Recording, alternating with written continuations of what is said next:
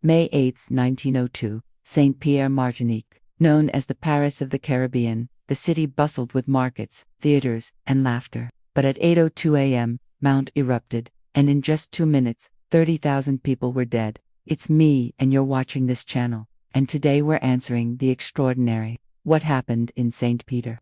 To answer that question, we'll have to travel to the Caribbean island of Martinique, now part of France. Martinique was a bustling hub of trade in the early 1900s. Its capital, street, Pierre, was known as the Paris of the Caribbean thanks to its coffeehouses, theaters, and cobblestone streets. With a population of about 30,000 people, the city thrived on trade and the labor of enslaved Africans. By the late 19th century, scientists realized that Mount loomed ominously over the city, so they began sounding the alarm about its volcanic activity. However, authorities largely ignored them, not because they didn't believe the science, but because it didn't make good politics. You see, in 1902, France was gearing up for elections and officials didn't want to upset the populace with talk of imminent disaster. Instead, they chose to ignore the signs that history would soon forget.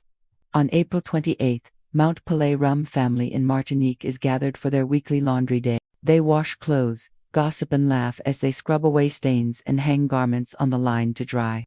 Unbeknownst to them, hot steam is escaping from a crevice in the earth near the riverbank. At first, it's just a trickle, but as the days pass, the stream grows thicker and hotter. Still, no one pays much attention. Then, on May, something extraordinary happens. The ground begins to shake, and the steam from the river turns into a thick gray cloud. People begin to notice. At first, there's excitement. A massive plume of smoke rises from the riverbank and stretches several hundred feet into the air. People start gathering to watch. By now, the ground is rumbling like thunder. The rumbling grows louder, a massive roar that echoes across the Caribbean. People run for cover, but before they can hide, the mountain explodes. A massive wave of searing hot gas, ash, and rock blasts down the side of Mount Pelée at 600 miles per hour. Within seconds, the wave overtakes everything in its path, incinerating all in sight. Temperatures reach 1,000 degrees Celsius. Homes turn to ash, corpses are burned beyond recognition, and screams are swallowed by the roar of the mountain.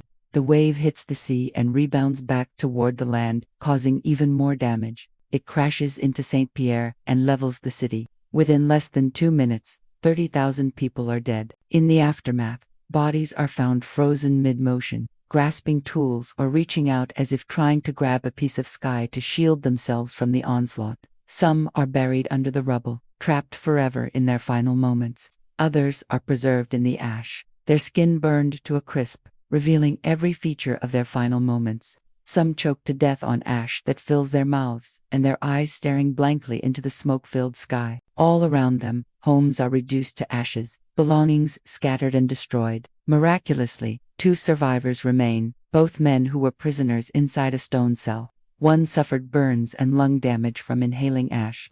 The other suffered only slight injuries. As the dust settles, authorities and aid workers arrive on the scene.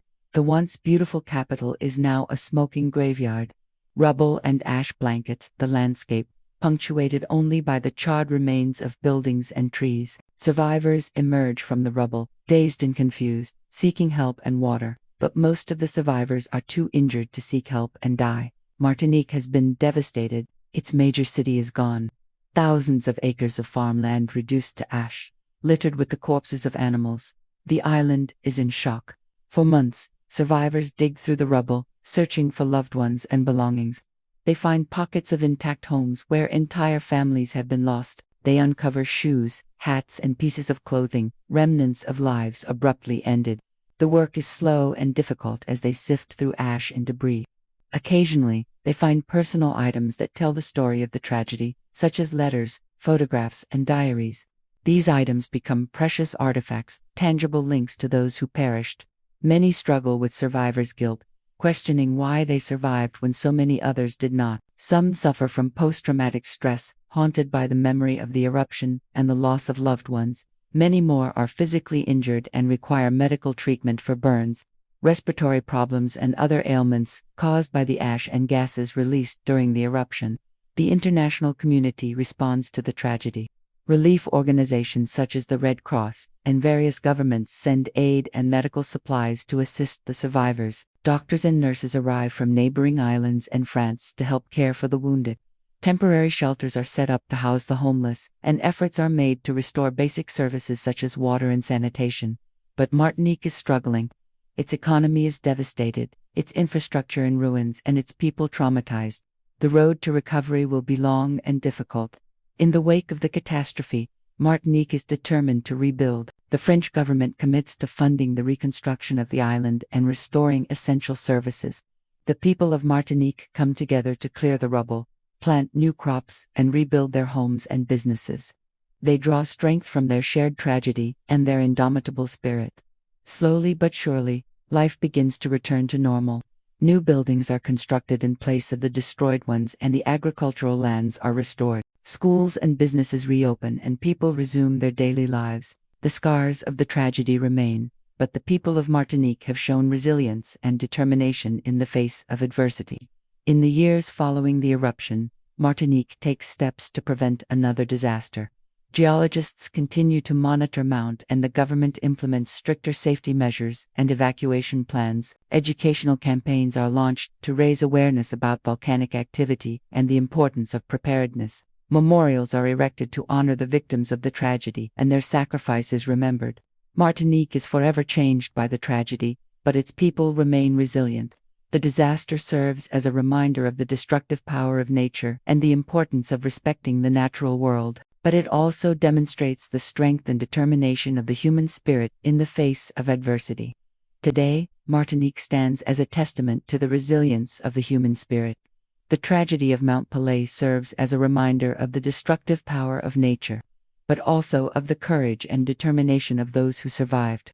The island's rich culture and history continued to thrive, and its people carry on their traditions with pride. As we reflect on the tragedy of Mount, let us also celebrate the strength and resilience of the human spirit. Let us remember the lessons of the past and work to create a safer and more sustainable future for all. And with that, thanks for watching. If you enjoyed this episode, please subscribe and check out our other content. Thanks.